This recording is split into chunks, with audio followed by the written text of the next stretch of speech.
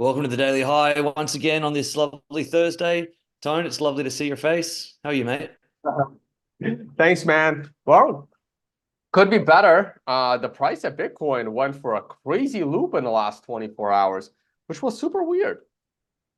Yeah, like a few hours when I woke up in the morning, you were well and truly up in this trade, which we'll talk about in a minute. And depending what the market's done in the last 2 seconds, I've definitely won again, four in a row.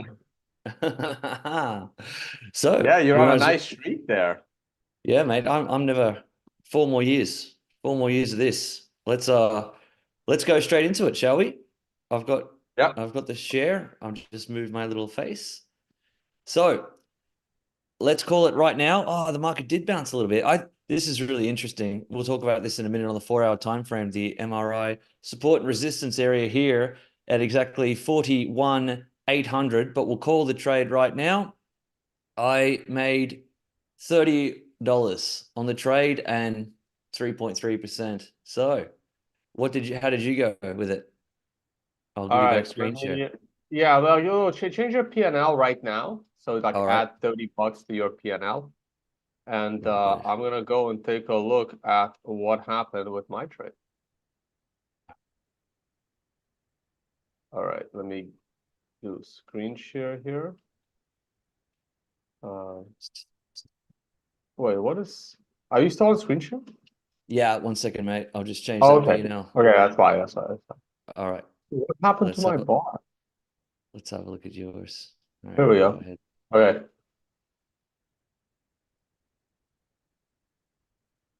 So on my end, I lost 50. Mm, So I am down 50 on PNL. And the trade was entered right here at the 7 a.m. candle. And immediately yeah.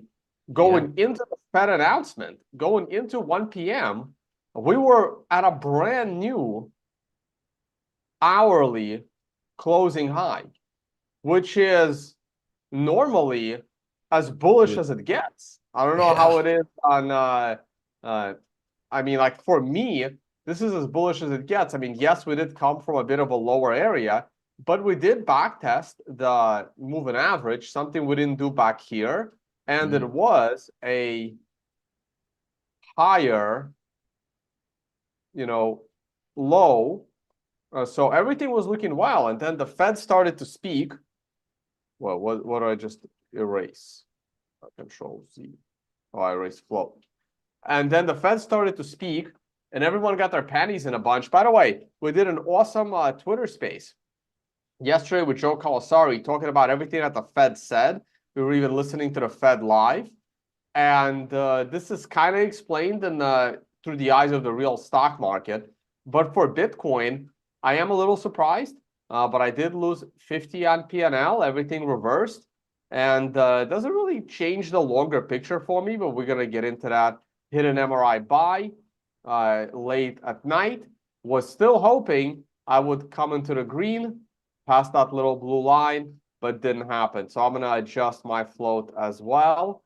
I'm going to drop 50 from the PNL. So minus 15 minus 35 is 165. and you're still winning on P&L, which is very disappointing after four After wins in a row. four losing, after four losses in a row, still up on PNL a little bit. And my leverage has gone up too. Interesting. Yeah. Yeah. Yeah, I believe that's 165. Yep. So that is the new PNL. Okay, we'll Uh, adjust the rest later. all right, give me back the screen share for a second because Yeah, go for it. I'm really happy with this. I'm off the ears.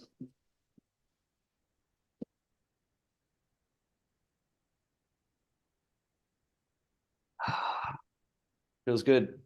Feels good. Feels good. All right, why don't you go through your charts first today? I tend to do it first. So Sure. Sure. Well, it is much the same as yesterday, what I was looking at. But for me right now, the big story is can we hold this MRI support and resistance area? Because like technically right now we're looking at the 4 hour time frame as you well know. The wave is red for me. So I'm satisfied that my macro is still bearish at this point. And even though we came up and everything like that, I took the trade on. I cleared out of the trade, and this is a bit of a concern for me right here. This doesn't look super bullish at all. And sure, we can come back up and start moving higher and higher. But right now, I have to reiterate the fact that what I said yesterday, that this on a 4-hour time frame does not look super bullish for me. If we come down and crack here, and put in a new lower low here, I mean, it could very quickly come back down lower on the 4-hour time frame. I wouldn't be looking for buys here. On the daily time frame, it's as my computer is very slow and loads, alphanumeric loads, takes its time here. Yeah, I mean, this is what I've been saying. I mean, this wave turning red, getting out. It looked like it was a bad move back here, but it doesn't look bad anymore. This still is why we're conservative at this point with this red wave here. This is nothing for me to say. Tomorrow, I'm probably stealing your thunder here, but we'll start a new MRI count to the downside unless, well, hell, we get back up above 43,326 on the daily time frame. Moving even higher again to the weekly time frame on Bitcoin, we are underneath this 7 exponential moving average. This is starting to not look as though it's going to be a 1 to 4 candle rebound here on the MRI, and everything for alphanumeric says this is cause for concern if we start to pull back down. But it's only cause for concern really if you're long from here.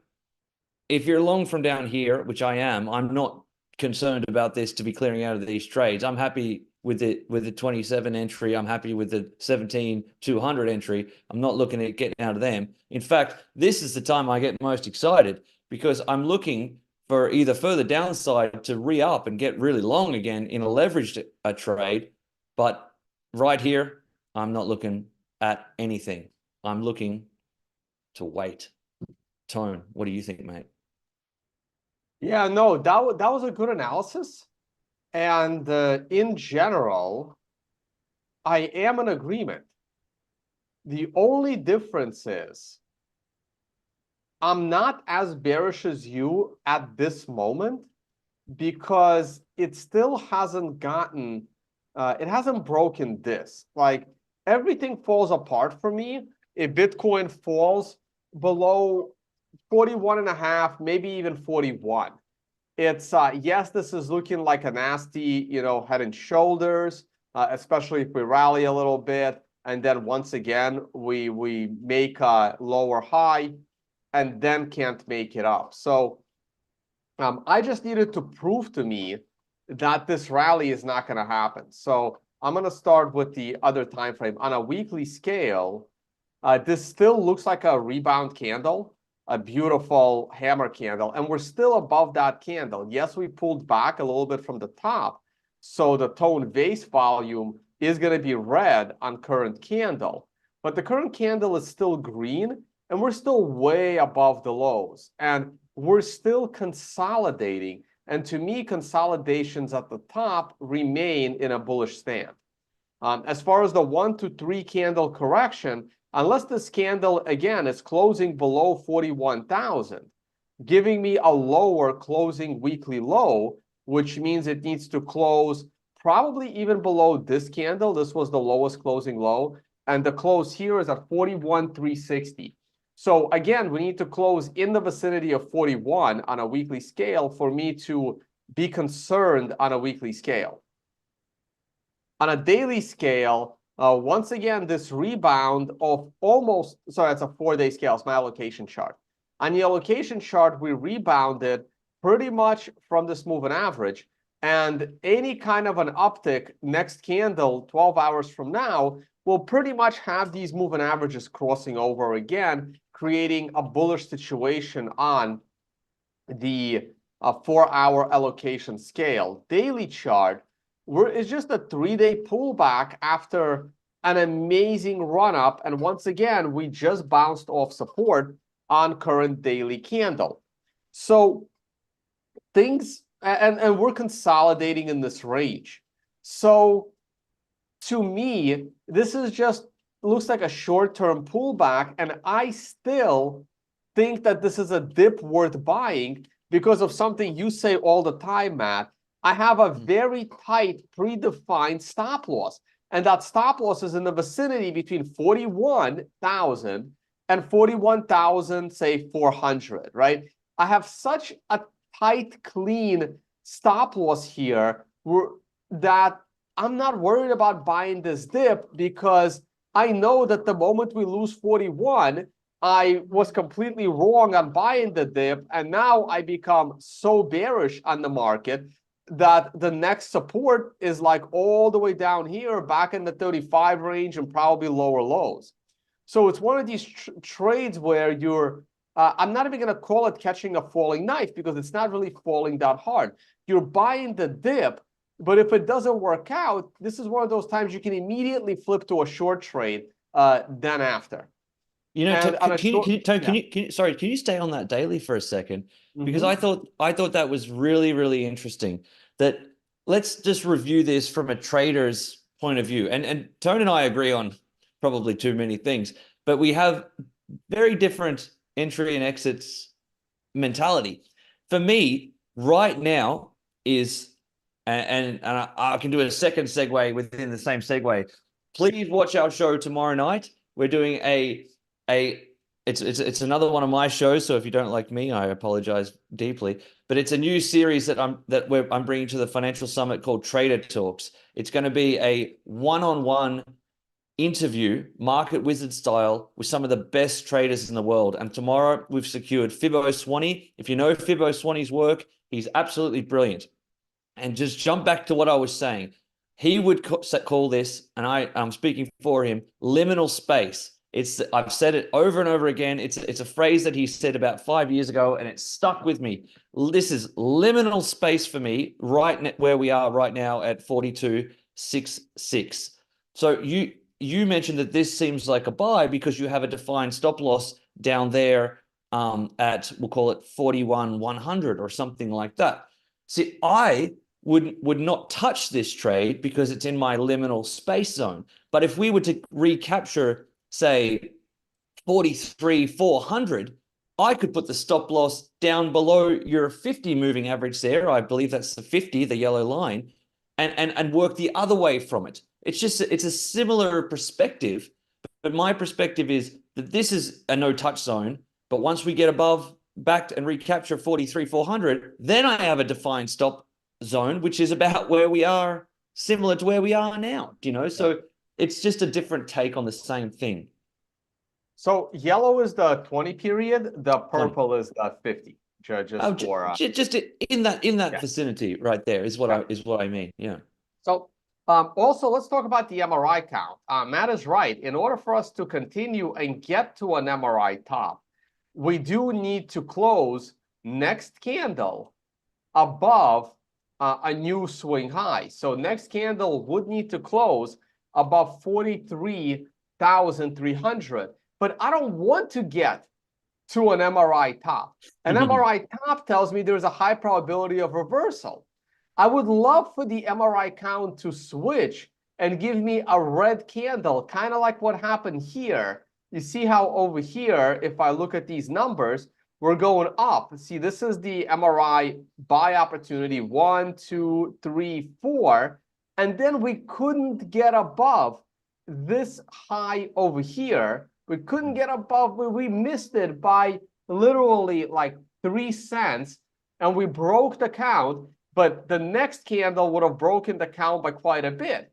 But then we started a new count and we went significantly higher. And even though that count didn't make it. So I have no problem not making it to an MRI top. An MRI top would have been, hey, yeah, it's a good probability of a reversal. But by not going to an MRI top and yet still grinding higher, we set up for a brand new count. So that means that this entire thing that we saw starting with candle number 1 has a chance of repeating from here, okay, and go higher to give me that MRI top. So I don't have a problem with breaking the count in this kind of environment.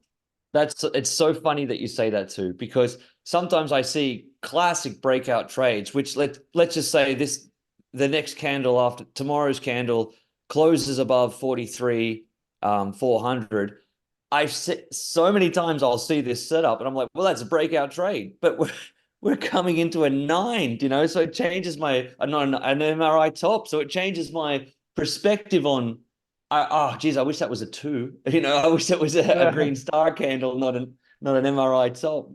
I don't like Exactly. And this. it could be, right? If we grind 2, 3 more days and we break out on, say, Sunday or Monday, that could be a green star candle that's coming in on a 2. Which I'd love, Exactly.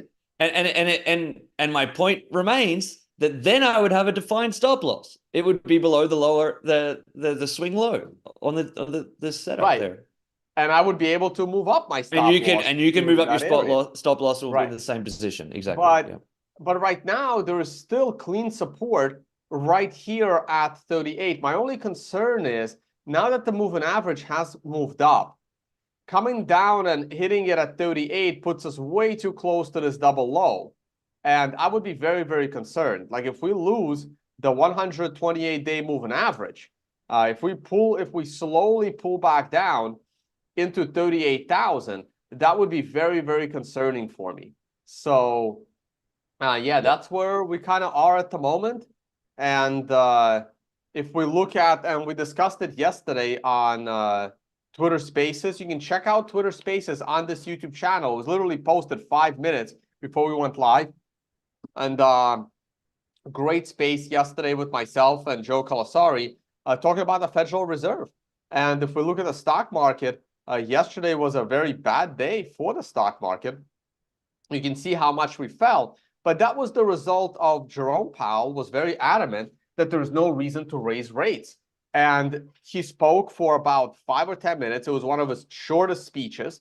I felt that his body language and his demeanor was as confident as it's ever been in years, where before he would come up to the stage and look like he hasn't slept in weeks and look like, you know, his looks like a demoralized human being. And he stood up there with confidence and talking about how strong the economy is. And if the economy is strong, why the hell are we going to lower the rate? The inflation is still sticky high. The economy is doing good. Still people still have plenty of jobs. GDP numbers came back good. The banks are kind of okay. And he stood up there with confidence, and all the reporters were having their panties in a bunch, screaming, but last year you promised us you were going to lower rates. Why aren't you lowering rates? We are dying here with 5% rates. And he's like, well, not really. Housing prices have not really crashed. People are finally earning something on their savings. I mean, like the market, it's like a drug. It's like heroin. It's like the market and reporters somehow are addicted to 0% interest rate, even though it's not in their best interest. It's not in anybody's best interest to have 0% interest rates, okay? Yes, your little company can probably borrow money a little bit cheaper, but your big company can borrow a lot of money cheaper and can buy out your small company. If they lower the rates, they won't have any ammo in case something really bad happens in the economy to stimulate the economy. They're gonna wipe out the pension funds again. So lots of bad things happen when you lower rates unnecessarily, and the market seems to want that. And I said, just give it 24 to 48 hours. People are going to get over the fact that they didn't lower the rate. The stock market is at a new all-time high as of the MRI top candle. And here we are this morning in pre-market rebounding. And I think even today, I'm expecting a positive day from the market. I'm expecting new all-time highs being imminent. And I think that's going to help Bitcoin significantly. Not to mention the ETF buying and selling is now very in favor of the other ETFs. In the last 2 days, BlackRock and Fidelity has bought 10,000 Bitcoin more than GBTC has sold. And that's a very positive sign. I mean, if these ETFs continue to buy Bitcoin at that rate, I just don't understand how we're going to continue to tick down. Very interesting. Very interesting, man.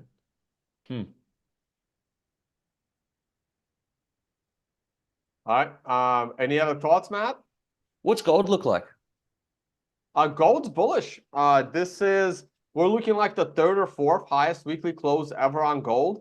I remain bullish on gold, especially if next candle is an up candle. That could be the second or third highest ever close. I mean, we are working with the high close that took place at the end of last year.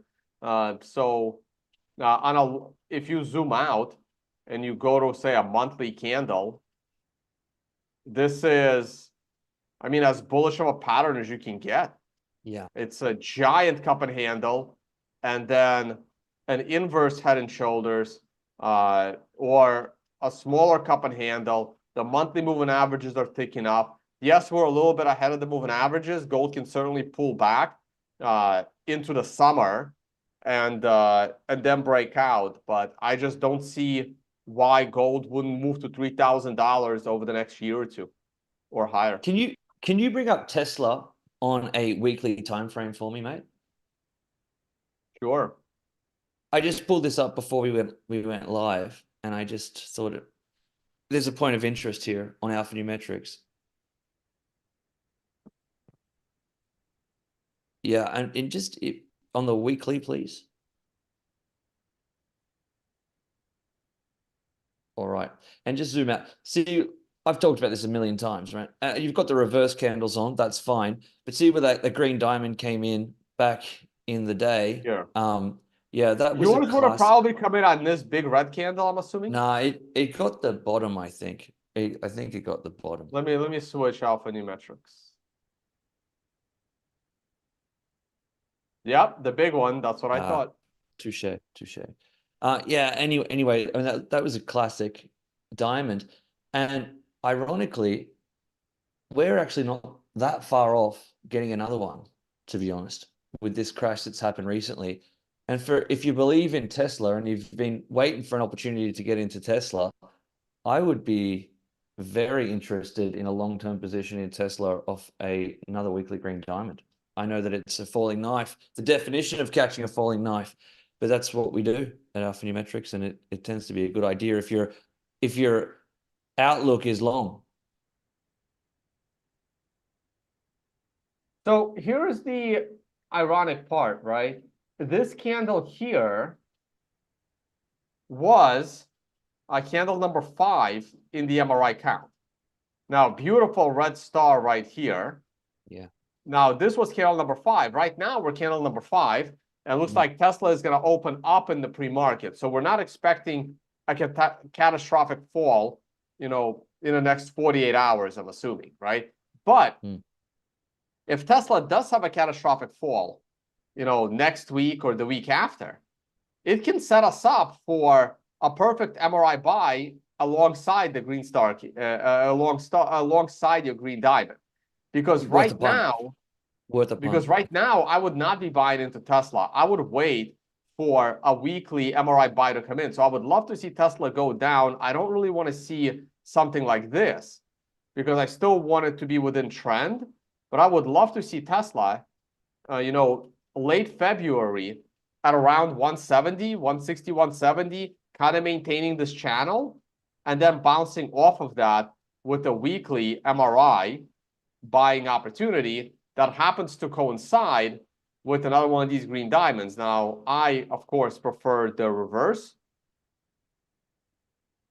which came in perfectly on an MRI reversal warning candle.